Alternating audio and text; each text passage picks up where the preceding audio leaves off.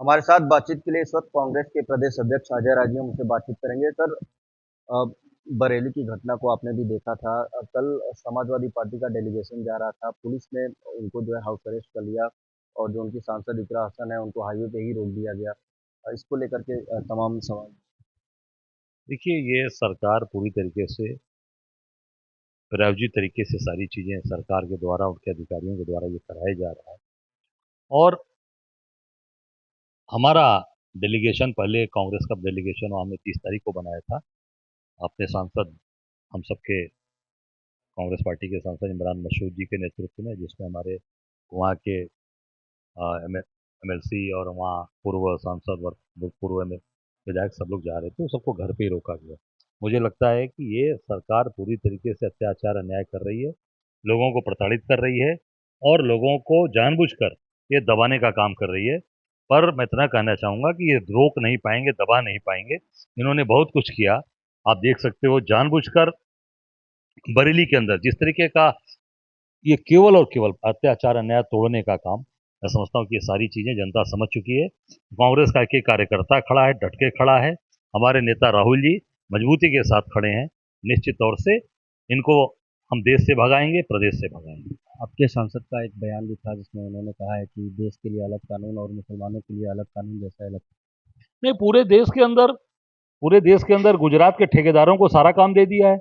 सारा काम कौन कर रहा है? सारे हाईवेज कौन बना रहा है? सारे रोड्स पे काम कौन कर रहा है? बनारस के अंदर सारा काम गुजरात, स्मार्ट सिटी गुजरात। जितने बंदरगाह हैं, जितने एयरपोर्ट हैं, जितने रेलवे स्टेशन हैं, जितने बेचे, किसको दिया? अडानी को। अडानी गुजरात के सारे लोगों को लाकर पूरे देश में कब्जा कराना चाहते हैं। तो ये तो केंद्र से चला आ रहा है कि पूरे देश के अंदर गुजरातीकरण कर रहे हैं, गुजरात के लोगों को सारा काम कर रहे हैं। जो गुजरात के लोग काम कर रहे हैं उनको सब फ्री हैंड दिया गया है, उनको कोई रोकता नहीं। वो सारा काम गुजरात के लोगों को मोदी जी की कृपा से मिल रहा है। बरेली की घटना को लेकर के ओवैसी भी सामने आ रहे हैं, उनके पार्टी के लोग जो है कल ज्ञापन दिए थे और मुसलमानों पर जो है दोहरा कार्रवाई का आरोप लगाया उन्होंने कि जाति हो रहा है। देखिए, ये अत्याचार अन्याय सरकार लगातार कर रही है। बहराइच में की है, बरेली में किया, पूरे प्रदेश के अंदर अत्याचार, लोगों को बुलडोजर गिरवा देना।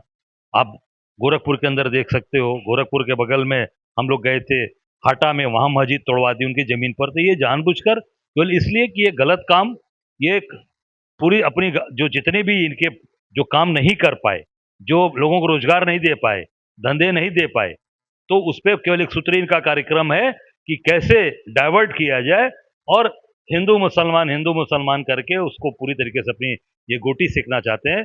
पर कांग्रेस का कार्यकर्ता होने नहीं देगा।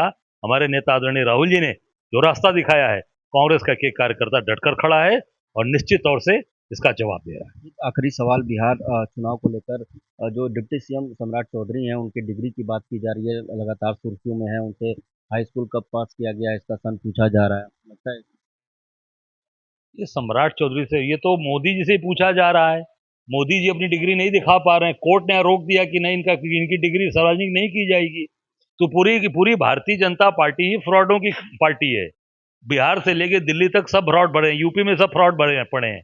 केवल उन्हीं चीजों को दबाने के लिए ये केवल और केवल इनके पास एकमात्र रास्ता है कि कैसे समाज के अंदर तोड़ कर रहे हैं, लोगों के अंदर आपस में वैमनस्यता पैदा करें, भाई को भाई से लड़ा रहे हैं, हिंदू मुसलमान कर रहे हैं। इनका यही काम है।